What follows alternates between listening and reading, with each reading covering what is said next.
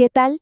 Hoy nos metemos de lleno en uno de los momentos más, digamos, tensos y decisivos de la historia del cristianismo, el Concilio de Jerusalén. Y no fue una simple reunión. Fue de hecho la primera gran crisis de identidad para un movimiento muy joven que estaba creciendo a una velocidad impresionante. El escenario estaba listo para un debate que podía cambiarlo todo. Y todo, absolutamente todo, se reducía a esta pregunta.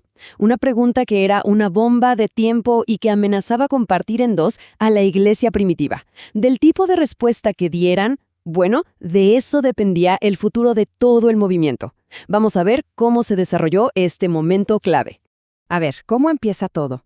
Pues el mensaje sobre Jesús empieza a correr como la pólvora más allá del pueblo judío, llegando a gente de todas partes, los llamados gentiles. Y es en la comunidad de Antioquía, una ciudad súper cosmopolita, donde esta mezcla de culturas desata un conflicto que simplemente no se podía barrer debajo de la alfombra. Y aquí estaban los dos bandos, clarísimos. Por un lado, un grupo de creyentes que venían de Judea. Ellos decían, un momento, para ser un verdadero seguidor de Jesús, no basta con la fe. Un gentil tiene que hacerse judío primero, circuncidarse y cumplir la ley de Moisés. Pero por otro lado, estaban Pablo y Bernabé, que venían de ver con sus propios ojos cómo los gentiles se convertían, y ellos decían, no, la salvación es solo por fe en Jesús. El choque de trenes era inevitable. La discusión se puso pero tan fuerte que no había forma de resolverla ahí en Antioquía. Así que tomaron una decisión. Había que ir a la fuente. Pablo, Bernabé y algunos más emprendieron el viaje a Jerusalén para presentar el caso ante los apóstoles y los ancianos, o sea, los líderes principales del movimiento. Y así, imaginen la escena, todas las figuras clave reunidas en Jerusalén. Esto no era una reunión de comité cualquiera, era una cumbre. Se juntaron para resolver una pregunta que iba a definir la identidad de su fe para siempre. La presión era enorme. Ahora, no crean que llegaron y en 5 minutos se pusieron de acuerdo. Para nada.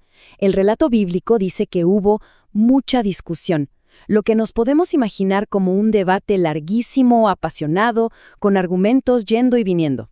Y justo en medio de esa tensión, 2 líderes se levantan y toman la palabra. Y aquí la cosa se pone súper interesante. Pedro se pone de pie, y en lugar de dar un sermón teórico, apela a la experiencia pura y dura. Les recuerda a todos cómo Dios mismo le había mostrado que aceptaba a los gentiles, dándoles el Espíritu Santo, sin pedirles absolutamente nada más. Y usa una palabra muy fuerte, yugo. Describe la ley como una carga pesadísima que ni ellos mismos habían podido soportar. Su conclusión es radical. Todos, judíos y gentiles, se salvan de la misma manera, por gracia. Y justo después de Pedro habla Jacobo. Jacobo era una figura de un respeto inmenso, el líder de la iglesia en Jerusalén. Y lo que hace es brillante. Toma la experiencia real que contó Pedro y la une con las profecías de las Escrituras. Básicamente dice, lo que Pedro vio no es una novedad, es el plan de Dios desde el principio. Con su veredicto, la balanza se inclina de forma definitiva. Y con esas 2 intervenciones se llegó a un veredicto. Ojo, no fue que un bando aplastó al otro. Fue una solución increíblemente sabia y práctica, una que buscaba mantener la verdad del Evangelio y, al mismo tiempo, la unidad de una iglesia cada vez más diversa. Y aquí está la solución.